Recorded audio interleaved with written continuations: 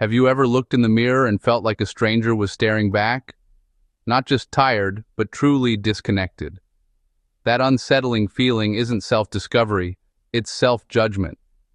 We think the mirror reveals who we are, but often it just reflects who we think we be.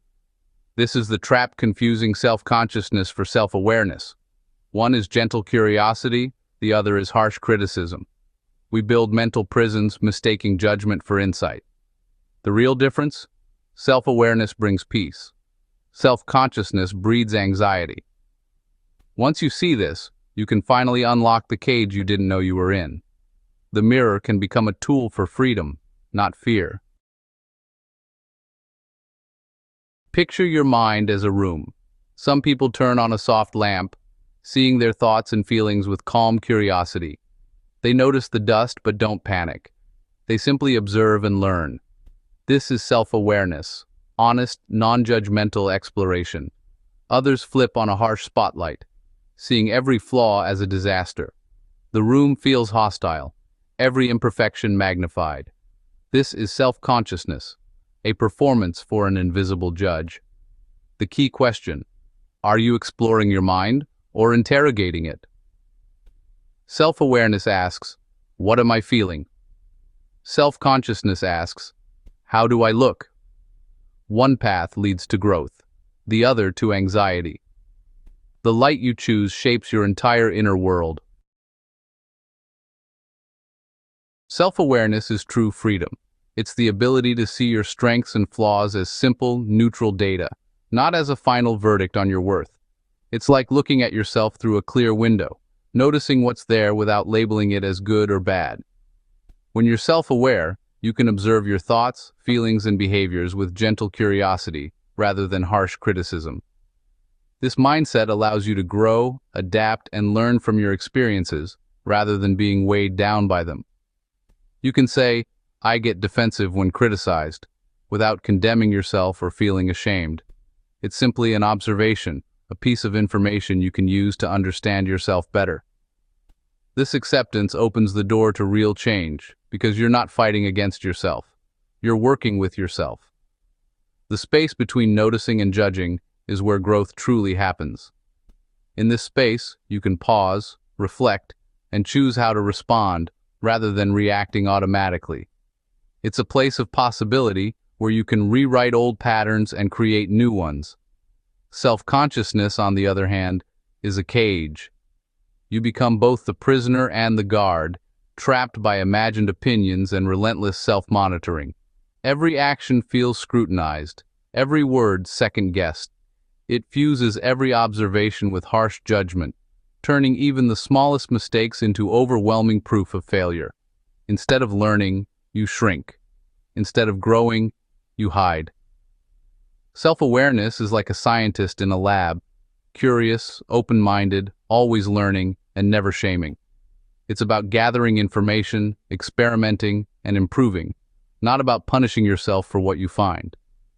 Self-consciousness is like an actor lost on stage, paralyzed by the fear of judgment, unable to move freely or express themselves authentically.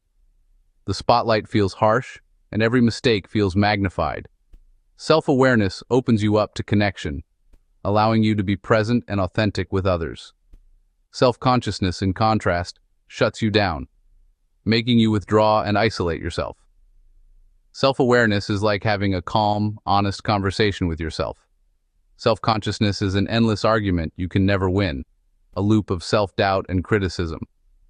The choice between self-awareness and self-consciousness defines your relationship with yourself and shapes how you experience the world.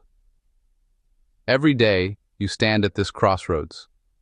Which path will you choose? Maria and David both give high-stakes presentations, each facing the pressure of delivering their best in front of a large audience. The stakes are high, and the room is filled with anticipation.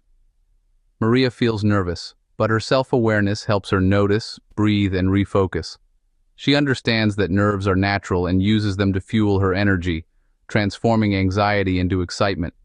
When she stumbles, she laughs it off and moves forward, using the moment to learn. Her ability to adapt and maintain composure turns potential embarrassment into a shared human moment with her audience. Her focus stays on her message, not her mistakes. She captivates the audience with her passion and clarity, ensuring her key points resonate. David, however, is consumed by self-consciousness. His mind races with doubts, and he struggles to find his footing as he stands under the spotlight. Every slip feels catastrophic. His inner critic drowns out everything else. He becomes hyper-aware of every perceived flaw, magnifying them in his mind. He's trapped in his head, convinced everyone is judging him. The fear of failure overshadows his ability to connect with the audience. Afterward, Maria feels accomplished and ready to improve. She reflects on her performance with a sense of pride and eagerness to grow. David is stuck in shame, replaying his errors. He fixates on what went wrong, unable to see the positives or potential for growth. Same event, two realities, one shaped by self-awareness, the other by self-consciousness. Their experiences highlight the power of mindset in shaping outcomes. The difference isn't what happened, it's how they saw themselves. Their internal narratives defined their external experiences. Which story do you want to live? The choice is yours, shaped by your perspective and self-awareness. This struggle isn't new. Ancient wisdom has always urged us to know thyself. Socrates saw self-examination as a path to wisdom, not self-condemnation. Spiritual traditions teach that true self-knowledge is about clarity and compassion, not shame. The Bible and Quran both speak of inner awareness as a source of integrity and understanding. The ancients knew, the unexamined life is empty, but a life of constant self-judgment is a prison. Their lesson? Look at yourself with curiosity, not condemnation. True self-awareness is gentle, honest, and freeing. It's a lesson we're still learning today. Today, we live on a digital stage. Social media amplifies self-consciousness like never before. Every post is a performance, every like a judgment. We curate our lives, chasing approval and fearing silence. This constant comparison disconnects us from our real feelings. We become experts at image, but strangers to our own emotions. The line between authentic self and public persona blurs. Social media is a funhouse mirror, distorting how we see ourselves and others. The result? Hyper-awareness of appearance, but deep disconnection from who we are. To find ourselves, we must look past the filter. Here's the twist. That critical voice in your head isn't really yours. It's an echo of parents, teachers, bullies, and media. Voices you absorbed over time. As a child, you simply existed. Then you learned to judge yourself through others' eyes. Self-consciousness is learned. It's not your true self. When you feel judged, you're performing for a phantom audience from your past. Realizing this is powerful. The critic isn't an authority, just an old recording. Start questioning. Whose voice is this? Is it true? By naming it, you take away its power. This is the beginning of freedom. Listening for your own, kinder voice. You can finally stop letting echoes define you. Back at the mirror, you see the truth. The judgment isn't yours, it's a projection. You were taught to find flaws, believing it would make you better. But real self-awareness is about unlearning judgment and tuning into quiet truth. Notice the difference between harsh noise and calm knowing. Ask, does this thought feel curious or condemning? It's a practice, not a quick fix. Patience and compassion are key. The goal isn't to silence the critic, but to recognize it's just one voice. The real mirror shows you as you are, not a project to fix, but a person to know. Your reflection becomes a source of connection, not anxiety. You come home to yourself. How do you move from self-consciousness to self-awareness?